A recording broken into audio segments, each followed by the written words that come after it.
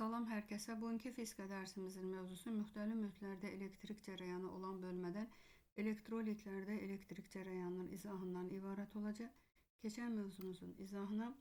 Deməli, burada hər birini mən bənd-bənd qeyd etmişəm. Yəni, bunların hər biri testdə sizdə bir sual ola bilər. Birinci, deməli, əvvəlcə bilməliyik ki, elektrolit nədir? Məhlulları elektrik cərəyanı keçirən maddələr elektrolitlər adlanır. Elektrolitlərə misal olaraq duz, turşu, qələvi mühiti götürə bilərsiniz. Sonra elektrolitlərdə elektrik cərəyanı müsbət və mənfi ionlar tərəfindən yaradılır. Məsələn, keçdik ki, metallarda elektrik cərəyanını yaradır sərbəst elektronlar. Sonra vakuumda elektrik cərəyanı qızdırılmış metaldan qopan sərbəst elektronlar hesabına yaranır. İndi elektrolitlərdə isə deyəcəksiniz ki, elektrik cərəyanını yaradır nədir? Müsbət və mənfi ionlar. Sonra elektrolitlərdə cərəyanın təsirləri. Cərəyanın bilirik ki, 3 təsiri var. Elektrolitlərdə bu 3 təsirin 3-ü də müşahidə olunur. İstilik, kimyəvi, maqnit. Məsələn, metallarda dedik ki, cərəyanın istilik və maqnit təsiri. Sonra ifrat keçiridə yalnız maqnit təsiri, amma elektrolitlərdə isə 3 təsirin 3-ü də gedir. Çünki burada məhlul parçalanma gedir, reaksiya gedir. Ona görə kimyəvi təsirdə müşahidə olunur. Sonra birinci ionların yaranması üçün elektrolitlərdən cərəyan keçdikdə baş verir dissosiasiya prosesi. Baxın, dissosiasiya suda neytral atomların ionlara parçalanma prosesidir. Ondan sonra isə gedir elektroliz prosesi. Elektroliz prosesi isə elektrolitik məhluldan elektrik cərəyanı keçdikdə elektrodlar üzərində maddənin ayrılma prosesidir. Sonra elektrolitlərdən elektrik cərəyanı keçdikdə maddə və yük daşınma müşahidə olunur. Məsələn, test olaraq soruşacaq ki, hansı mühitdən elektrik cərəyanı keçdikdə maddə və yük daşınır? Deməli, cavabımız nə olmalıdır? Elektrolitlər. Sonra elektrolitləri qızdırdıqda onların müqaməti və xüsusi müqaməti azalır. Baxın, R bərabərdir O01 minus alfa delta T. Burada yenə alfa temperatur əmsalıdır və elektrolitlər üçün isə metallardan fərqli olaraq onun qiyməti həmişə nə olacaq? Mənfi olacaq. Sonra bütün mühitlərdə volt-amper xarakteristikası olduğu kimi bu elektrolitlərdə də var. Yəni cərəyan şiddətinin, baxın, gərginlikdən asılı qrafiki, bu başlanğıc U0 qiymətidir. Məsələn, testlərdə siz bu qrafiklə də qarşılaşa bilərsiniz. Çünki volt-amper xarakteristikası Ohm qanunu ödəyir. Müəyyən koordinat başlayıcından düz xətt. Məsələn, əgər hər iki qrafik testdə görərsinizsə, məsələn, bir A variantında bu qrafiki verib, B variantında isə bunu. Onda siz baxın, əsas bu qrafiki seçməlisiniz. Çünki məktəb dərsliyimizdə əsas bu qrafikdir. Əgər bu qrafik yoxdursa, onda B variantını seçim edə bilərsiniz. Sonra burada isə elektrolitik proses gedən təcrübənin sxemi göstərilmişdir. Gəlin, bura bir ampermetr də qoşaq. Baxın, 1 ampermetr. Burada bir açar da qoşa bilərik. Məsələn, açar açıq olsa, burada proses getməyəcək. Məsələn, bunun içərisində distill edilmiş su olsa, lap açar bağlı da olsa, deməli dövrədən yenə nə keçməyəcək? Cərəyan keçməyəcək. Sonra isə, baxın, indi bunun içərisinə mis-2 xlorid əlavə olunur. Mis-2 xlorid əlavə olunan kimi birinci burada gedir dissosiasiya prosesi. Deməli, nə baş verdi? İonlara parçalanma. Mis və xlor ionları. Baxırıq, indi buradan baxır qeyd olunur. Deməli, mis müsbət, xlor isə nədir? Mənfidir. Və həmin ionlar yaranan kimi dərhal başlayır etməyə, hərəkət etməyə.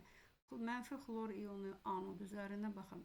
Anod, deməli, cərəyan mənbəyinin müsbət qütbünə, katod isə hara birləşib? Mənfi qütbünə. Deməli, mənfilər anod üzərində toplanacaq, müsbətlər isə nədir? Katod üzərində toplanıb və burada nə baş verir? Elektroliz prosesi və maddə və yük daşındır.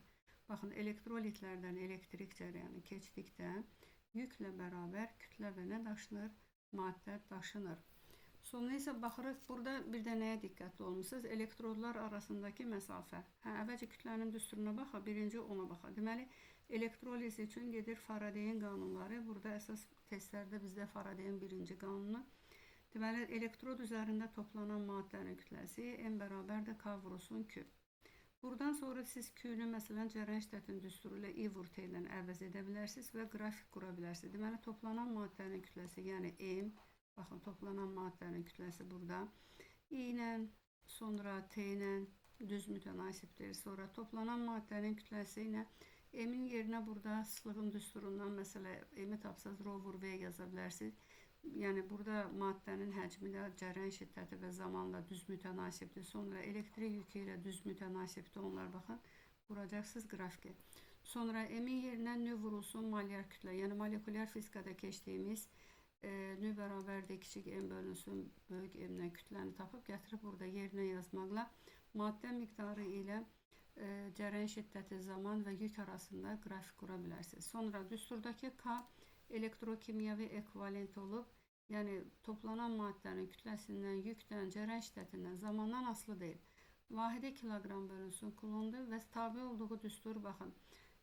K bərabərdir M0 bölünsün Q0 və bu düsturlarda M0 və Q0 yerinə qiymətlər yazmaqla K üçün belə bir düstur alırıq. K bərabərdir 1 bölünsün Y vur N-a, molyar kütlə bölünsün valentlik.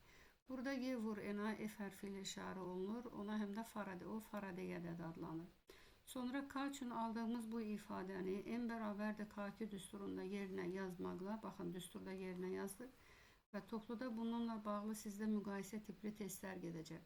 Toplanan maddənin kütləsi molyar kütlə ilə düz mütənasibdir. Yəni, müxtəlif elektrolitik vannalar verəcək. Vannalarda müxtəlif elektrolitlər olacaq ki, onlar molyar kütlələrinə görə bir-biri ilə fərqlənir.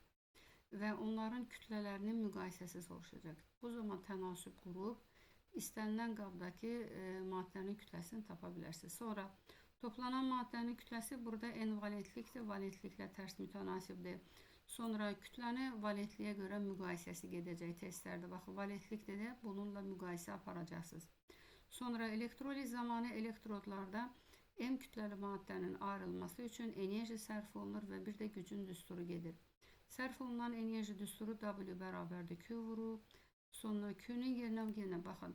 M bərabərdir K2 düsturundan Q-nü tapıb, M bölünsün Q. Gətirib M bölünsün K, gətirib burada yerinə yaza bilərsiniz. Sonra burada yenə toplanan maddənin kütləsi düsturdan biz, baxın, düsturdan gəlin lövhəmizi təmizləyək. Burada məsələn düsturdan M-i tapsaq, enerji düsturundan baxın, M-i tapacaqsınız. Deməli W vurulsun K bölünsün U. Məsələn, enerjinin sabit qiymətində, yəni eyni bir elektrolitik məhlulu üçün M burada U-na nədir? Düz mütənasib. Yenə enerjini yeni qeyd edirəm. Sabit qiymətində gərginliklə kütlə arasında deməli tənasüb qurub orada məsələlər həll edəcəksiniz. Deməli, bugün biz sizinlə tanış olduq elektrolitlərdə elektrik cərəyanı ilə və qeyd etdik ki, elektrolitlərdə elektrik cərəyanı nə yaratdı? Müsbət, mənfi iyonlar. Yenə qeyd edirəm. Deməli, burada qeyd etdiklərimin hər biri sizdə test sualı olaraq topluda soruşulacaq. Sonra isə baxın, burada belə bir deməli test olaraq soruşa bilər bizə və belə bir tapşırıq verilə bilər. Məsələn, şəkildə burada baxın elektrolitik vannadır. Deməli, katod olub mənbəyin mənfi qütbünə, anod isə mənbəyin müsbət qütbünə. Dövrəyə ampermetr qoşulmuşdur. Bura bir lampada qoşa bilərik, baxın. Sonra dövrədə reostat var ki, reostat dövrədə müqaməti nedir? Tənzimləmək üçün. Tənzimləməklə cərəyan şiddətini artırıb azaldır. Və açar qapanarsa bu zaman elektrolitik vannadan cərəyan keçəcək və cərəyan keçən kimi burada dissosiasiya, sonra elektroliz və maddə daşınması və yük daşınması baş verəcək. Baxın, elektrodlar üzərində maddə toplanacaq. İndi deyir ki, reostatın sürgüsünü sağa sürüşdürdükdə. Baxın, əvvəlcə bu nöqtəyə nəzərən. Reostatın sürgüsünü sağa sürüşdürdükdə burada məsafə azalır, yəni müqavimət azaldır. Müqavimət azalırsa dövrədən keçən cərəyan şiddəti artacaq. Bunun üçün düstur olaraq yazacaqsınız ki, qapalı dövrə hissəsi üçün ohm qanunu yazırıq. I bərabərdir epsilon bölünsün R. Qeyd etdik ki, reostatın sürgüsünü sağa sürüşdürdükdə müqavimət azaldı. Müqavimət azalanda cərəyan şiddətinin qiyməti artdı.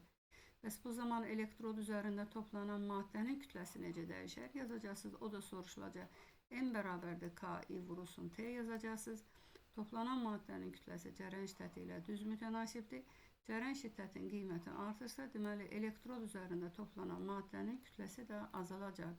Və burada maddənin kütləsi daha doğrusu artacaq. Çünki nədir? Kütlə burada cərəyan şiddəti ilə düz mütənasibdir. Məsələn, burada lampanın parlaqlığı da artacaq. Əgər reostatın sürgüsünü, baxın, reostatın sürgüsünü, məsələn, sürgünü sola sürüşdürdükdə, bu zaman sola sürüşdürdükdə müqaviməti indi artırırlar. Müqavimət artanda onda cərəyan şiddətinin qiyməti azalacaq və elektrod üzərində toplanan maddənin kütləsi də azalacaq. Sonra testlərdə bizə elektrodlar arasındakı toplanan maddənin kütləsinin, baxın, toplanan maddənin kütləsinin Elektrodlar arasındaki mesafeden asılılığı da soruşulur. Deməli, toplanan maddənin kütləsi elektrodlar arasındaki məsafə ilə olacaq nədir? Tərs mütənasib. Yəni elektrodlar bir-birinə yaxın yerləşərsə, yəni onlar arasındakı məsafə az olsa, maddənin kütləsi daha çox maddə toplanacaq. Elektrodlar bir-birindən daha uzaq məsafədə yerləşsə, onda az kütlə toplanacaq. Sonra toplanan maddənin kütləsi elektrodun deməli elektrodların mayeyə batma dərinliyi ilə düz mütənasibdir.